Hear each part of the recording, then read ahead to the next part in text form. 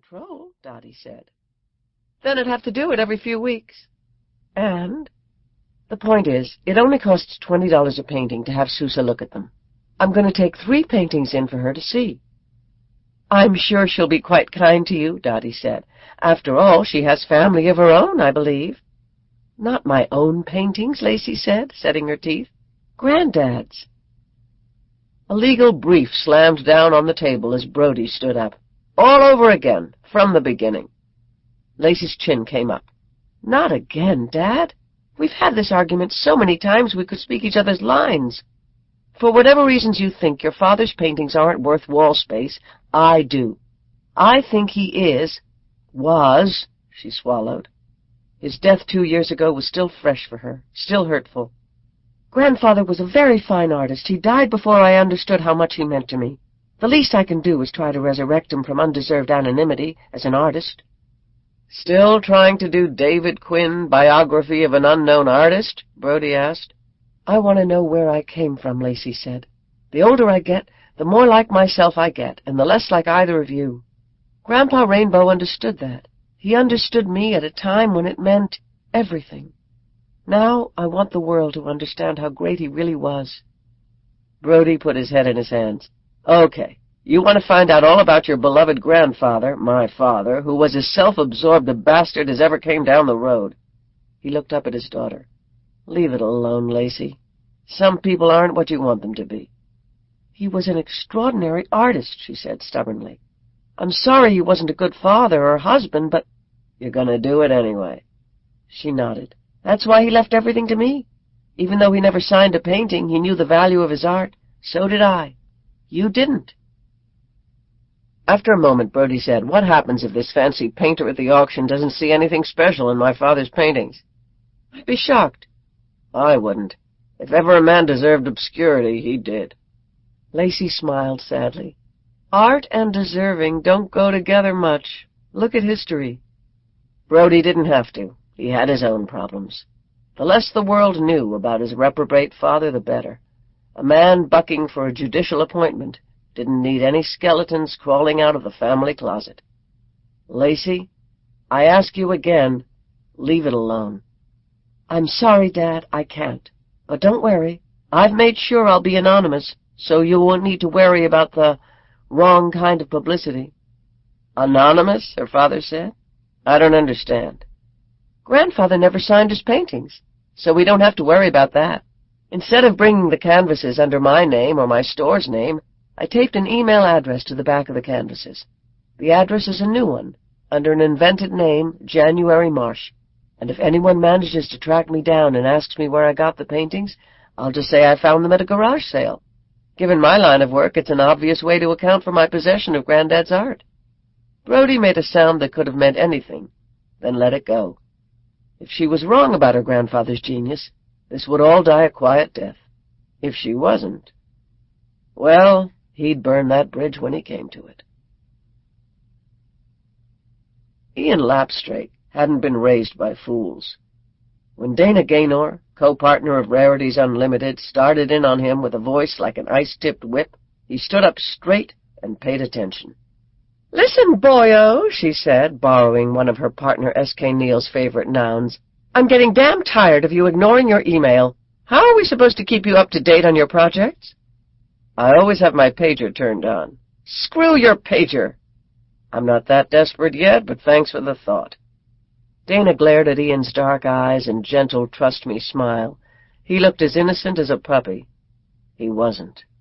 She said simply, Sousa Donovan has been trying to get in touch with you. Is something wrong with Law? Ian asked instantly. Law was Sousa's son and Ian's friend. No one is threatening to steal Sousa and ransom her for a few mil, Dana said. Your job is to be real visible so that it stays that way. So I'm guarding her, not her paintings. As her husband, the Donovan, put it, Sousa can create more paintings, but no number of paintings can create more Sousa. Ian smiled. A man with priorities. Dana all but winced, and not shy about sharing them. Normally one of the Donovan men would be traveling with Sousa, but, she shrugged, sometimes a husband, 4 sons, and 2 sons-in-law just aren't enough to go around. "What are friends for?" Ian said, accepting the assignment with grace. "One strapping gopher coming right up." "As of now, Susa Donovan is your full-time assignment. Your other projects have been parceled out." Dana winked and walked away. "Check your email for details of where and when you pick up Susa this afternoon." Ian headed for the coffee machine. Right now it looked like caffeine was going to be the only excitement in his life until Susa Donovan's big charity bash was over. That and checking email. Even the stately colors and textures of Ward Forrest's big dining room couldn't soothe him this morning. Watched by the worried brown eyes of Honey Bear, his golden retriever, Ward was up and pacing the Persian rug. He avoided the antique furniture without even seeing it, and didn't even give a glance to the paintings of founding ancestors. They weren't his anyway, as his dead wife had taken great pleasure in pointing out. Even if the paintings had been of his blood kin, he would have ignored them. Right now he was riding a real hard mean. He hadn't run a profitable land-based empire into the 21st century by being sweet-tempered and church-going. Hell, in all his 70-odd years, no one had expected him to act like a sugar cookie. Until now. Angelique White was a pain in the ass. Too bad she held the future of Savoy Ranch in her pious little fist. Talk about a Savoy curse. God damn all women to hell anyway. Rory Turner, sheriff of Merino County and Ward's former son-in-law, looked up from the report he'd brought to the ranch house. "What are you talking about?" Rory asked. "Saint Angelique makes Mother Teresa look like a party girl." The ripe disgust in the older man's voice made Rory want to laugh, but he knew better. Ward had really wanted some dirt on the CEO of New Horizons. NH was a cash-rich investment fund looking to diversify by building communities with room for family, community, church, and God. Savoy Ranch had been courting NH and Angelique for 10 months, but every time it got down to signing papers, something happened. Blissy, usually. His daughter had a genius for hitting the headlines at all the wrong times. Or one of his grandkids would be on TV spouting something offensive to somebody, and Angelique would draw back. Each time she backed away, she screwed another concession out of Ward before she returned to the bargaining table. She was one of the coldest negotiators he'd ever sat across the table from. "Well, she's as near to sainthood as anyone I've ever investigated," Rory agreed, tossing the report on the table. "No lovers of either sex, no drugs, no booze, no bad loans, no maxed credit cards, no tickets or outstanding warrants. Doesn't even break the frigging leash law with her dogs." Ward scooped up the report. Jesus, the woman really should have been a nun.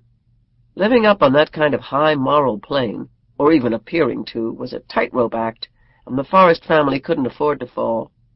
The merger had to go through. If it didn't, Savoy Ranch would be just one more big family ranch holding nibbled to death by taxes, environmentalists, and generational incompetence. Not that he was worried about incompetence. Blissy and Savoy might have control of Savoy Enterprises, but their daddy still held the purse strings.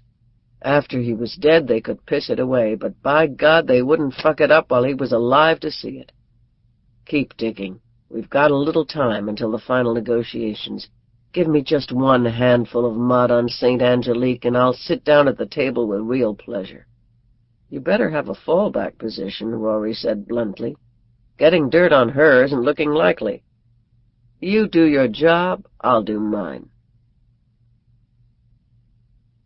Lacey Quinn stood in the middle of her partner's large storage unit and wondered how she could ever select only 3 out of the hundreds of her grandfather's powerful paintings. So much depended on finding the right ones, the best, for Susa Donovan to appraise. But choosing just wasn't possible. Maybe I misread the rules, Lacey thought hopefully. She glanced at the flyer in her hand. Nothing had changed. The paper still discreetly insisted, "No more than 3 paintings per patron, please." "Damn," she muttered. "Now what?" Shayla Carlyle asked from the other side of the room. Lacey started. She'd forgotten that her business partner and old friend was with her. Painting and paintings had that effect on Lacey's brain. Guiltily, she looked over her shoulder. Shayla was sitting cross-legged on the cement floor, price stickers clinging like confetti to her black bike tights. Her sleek laptop computer balanced uneasily on her long legs,